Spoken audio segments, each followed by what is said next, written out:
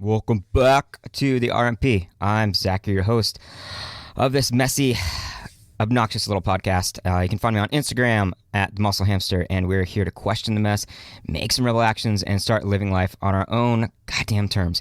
And to start off, let me say, life has been interesting lately. Very interesting. But let's also mention that you are thinking way too fucking hard.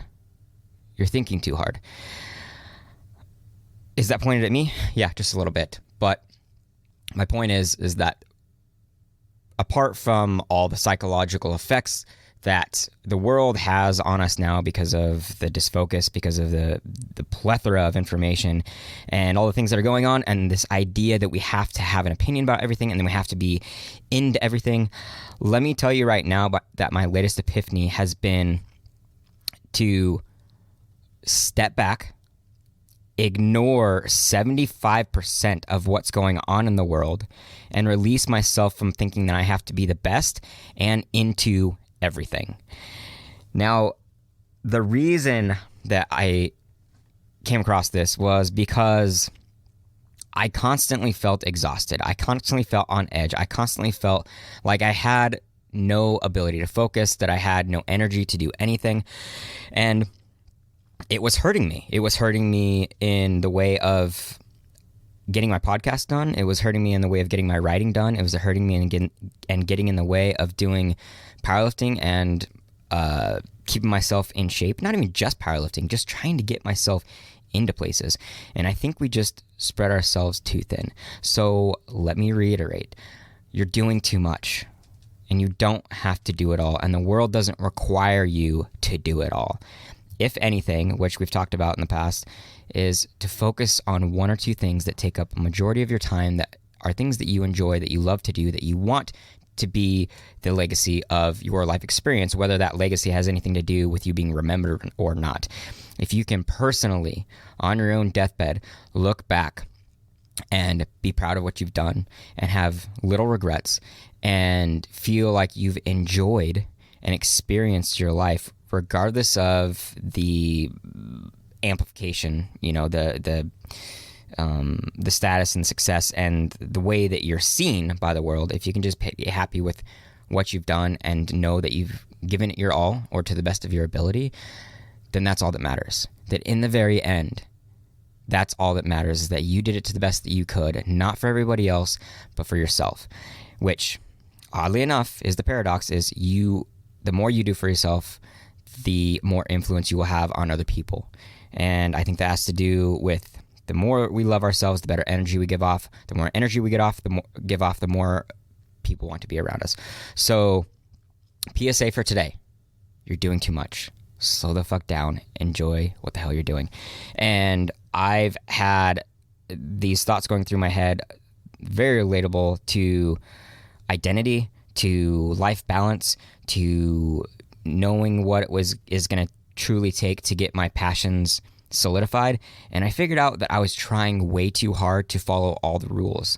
I was trying way too hard to be perfect in everything. I was trying way too hard to do all of the habits and all of the practices that everyone told me about. And while I think it's very important that we pay attention to where we put our time, and I think it's very important that we learn a lot of good habits and we learn a lot of good practices, I think you're going to figure out that the center of the bread is the most enjoyable, and all the crusty shit around it is what you have to that's the worst fucking analogy, is what you have to cut off. You don't need it all. You don't need it all to be whole and solid and true to your direction. Now, I'm going to apologize. This is actually episode number 99. It got in the way of a couple of my guest episodes, and so I'm going to put it up as 99, but technically it may not necessarily be. This is a solo episode where I focused on the differences or the connections between the sexes, or the trust between the sexes. So enough of my ramblings. I hope you guys are doing fucking awesome. I hope you guys are training hard. I hope you guys are taking in new information. I hope you're thriving. I hope you're getting away from all the bullshit. I hope you're really putting focus into what you want in this life. I hope you're questioning the fuck out of everything that you're paying attention to and making sure that you put effort and ability into all the things that really, really, really fucking matter. So without further ado, this is episode 99. Are the sexes losing trust in each other? What's up, my freaky listeners? What do you do on a daily basis to be better? The highest goal in my life is to become my best in my passions, whether that be in business, in this podcast, in my social groups, in my relationships, and as an athlete. We all wear what we love inside the gym. We like to represent who we are through what we wear. And Until Death Barbell Company is so in line with who I am. For me, it's how I feel that makes me love my sport. And their apparel gives tribute to that. Their designs are epic, and they vocalize the importance of strength inside and out. Until Death is a veteran-owned company that builds products for athletes that help us connect to our sport, as well as giving back to the strength community through those athletes and competitions. They support the intensity and passion for heavy lifting and the people actually living it.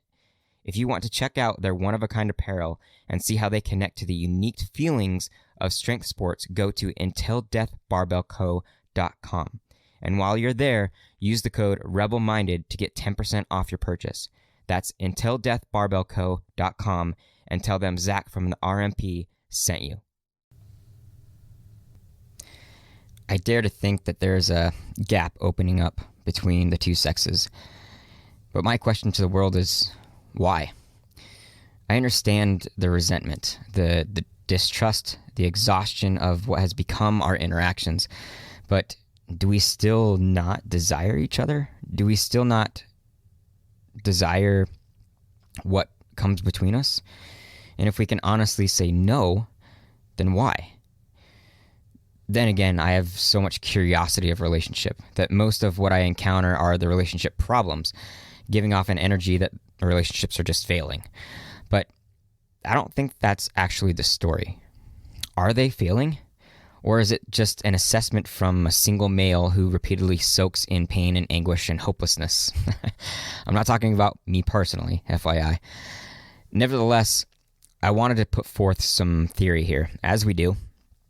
And I couldn't and can't leave this one alone. I think I have an innate desire to contemplate and overcome relational challenges. Why? Because it's worth it. Because romantic relationships are arguably the most impactful and unique experiences we'll ever have in this finite life. Because the world is built on our relationships, and because these relationships and their challenges make us the best of humans. Or at least I think so. I guess my first question is, what's separating us? It seems to me we've somehow lost our patience for one another. It seems that the shared space in between us where we go to understand one another and bring truth has become a battleground, a place where blood is shed by impatience and resentment and assumption. But then where does the impatience and resentment come from? Surely from some point of verbal injection communicating, our experience gives us a perspective. There's that. They help us see where we may be wrong or misunderstanding. It gives us the biased knowledge of what another human is capable of when we are easily accessible, when we're vulnerable, and showing all of our pieces. So, no pun intended. So, maybe we're not experiencing enough. Or maybe with all of these stories and facts put out about our differences, we're making assumptions and we're creating a story about each other from a guarded state. Maybe we're not even capable of being open to perspective anymore. Experience itself, especially in intimacy, gives us so much understanding of the world. If we can at least remove those rose-tinted glasses long enough to theorize and discuss and acknowledge truths and emotions with another human, maybe we can understand each other more. So, as we grow, as we date new people, let new people in, have sex with different bodies, we are susceptible, in my opinion, to constantly be opening and closing, even, off parts of ourselves. And I get it. I understand why. parts of our understanding, our empathy, our vulnerability, and maybe the balance between those is actually a determining factor on how we proceed with a new love. But I think there's a darkness that is always waiting to take over. I faintly remember the relationships that I had from like 17 to 25. I remember the glorious white knight that I was, the hopeful romantic, the wild flower picker, the thoughtful gift giver, the emotional healer. I was so fucking naive. Not that any of that was necessarily bad, but I never thought of treating my lovers badly. I wanted everything to be great for them. I wanted to do everything I could to get them to commit to me, to love me, to desire me. But maybe too much of a good thing always works out to be a bad thing. There is no utopia. There is no perfection. There is no flawless, blissful, constant infatuation or desire for another human, let alone that other human being any of those things. Maybe that's why they say love is a choice. I don't know. But all of these early relationships and all of their anticlimactic failure gave me less and less appreciation for the opposite sex. So many times I felt used. I felt alone without any answer to how I had failed. And without answers, we assume. And we almost always assume the worst. We are our own worst enemies. We're backed up by our pain. And that internal pain turns into loathing and resentment about things that may be completely untrue. My slightly vindictive and resentful attitude brought me to this justification. Women weren't honest. Women weren't communicative like they claimed to be. Women weren't pure. From what I could see, women had been just as shallow as men. And after all that I fucking did for them, the kindness, the commitment, the never dying love kind of attitude, it was all for naught. It ruined me. And the way that I thought of women, the way I talked about them, was all of a sudden dark and unfair and pained. I had let my experiences and my assumptions get away from me, and I have taken these as truth, that this is what women were deep down, underneath all of the fluffy bullshit. But there's always seems to be something left in the dark, something that one individual human can never see, unless an outside perspective becomes present, even if it's forced. Without all the information, or at least several points of perspective, can we truly make the most accurate assessment of anything? Not just men and women, not just relationships. Women, or any human to be honest, can be misguided, manipulative, cold, gaslighting, narcissistic people. But what can be doesn't prove that it is. It's never all-encompassing. And annoyingly, as we see out in the social media world at least, men and women both are blanketing the other sex with assumed demonic and shallow tendencies, completely ignoring the good in humans, all because their emotions and experiences are directing their opinion and creating this self-absorbed story. My pain had forced assumption on me too. Bias and resentment had enabled me to forget about my contribution to any of my love stories. But back then, I didn't even have the knowledge or self-awareness of what I was. I was codependent, I was needy, suffocating, soft, predictable, unadventurous, without fortitude or any self-respect. And does that truly sound like anyone a woman would want to date, regardless of the sweetness and the kindness and the availability? And at this point, I would dare to say no.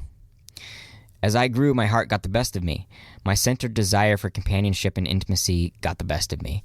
And I started to see the beauty of women again. And the arrow into my blackened heart was the real love given to me by the first woman to really, really care for me.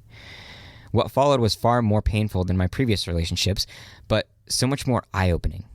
Maybe I needed all of those years to attain the self-awareness necessary for this. Maybe I needed the right person to lose. That was her. If anything, it gave me the ability to adamantly question everything that I thought was right. What has become of the men and women of the world? Why are we so often enemies now? The fact is that all of our experiences have led us to change. Each one of us in a very unique way, I think.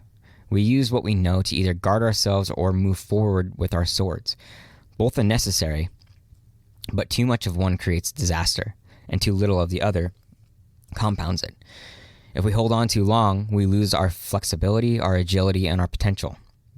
If we strike out too often, we sacrifice our fortitude, risk our vulnerabilities, and create more chances to be overcome by our adversaries. We bleed more blood than necessary. We don't have a balance that helps us try to love optimistically and at the same time recognize red flags and differences. So maybe as men and women, we've lost our balance between the sword and the shield. Maybe we've lost the equilibrium of keeping ourselves safe and also knowing when to press forward. Between individual experience and the algorithms of social media that show us only what we want to see, we've made biased assessments of the volatility and violence and deception of our opposites. We've curated our own story to give us reason not to put in effort or to make ourselves vulnerable to other humans. And my own theory says that the most comforting healing lies in our individuality. It lies in internal conversations, not just about what's wrong with the world and humans, but what's actually right. I mean, doesn't the world exist, or at least the modern world, by the way of love, by acceptance, by trust, by relationship, by moving forward regardless of the risks? Isn't this world built on relationships and the stability of them? Maybe the conversations with ourselves and questioning our own point of view and being skeptical of our own experiences and biases is where we find our true strength and our mindset to put ourselves out there for others to love and see. Maybe we close the gap at the center of our relationships by our curiosity and the belief that we can be hurt and still learn something and grow and become more versatile and capable. Maybe this bullshit idea of being noticed for pain and sensitivities is too far out of balance.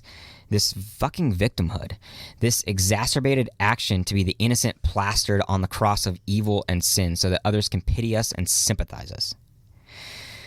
Maybe what we need is to become more individually capable and strong so that we see the world in a more flattering light, that we are more willing to walk out into it without fear and with the idea that love is worth any fucking heartbreak.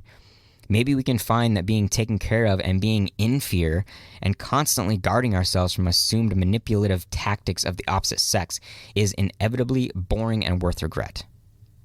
Maybe we need to build trust in the world of people that shows that most of us are actually good and kind and worth investing in. That with the right filtering system and the right procurement of our own healthy attraction habits and actions, we can experience love and sex and intimacy and friendship with truly amazing humans. Whatever it takes, we have a gap to close. And that gap only starts to close with individual belief and trust to change the way that we see and the way that we do things. Blame and pain will never fix the people you think are wrong. It only creates more defense against you and a desire to keep you away from their hearts. Trust and love. It takes strength, but we're always in need of it anyway. We can't afford to be weak and indecisive and afraid any longer. It's tearing us apart, and we need to stand together if we are to ever make progress and to ever have the love and intimacy that we want from each other. It's time to close the gap. Trust and love, my rebel-minded friends. Stay strong.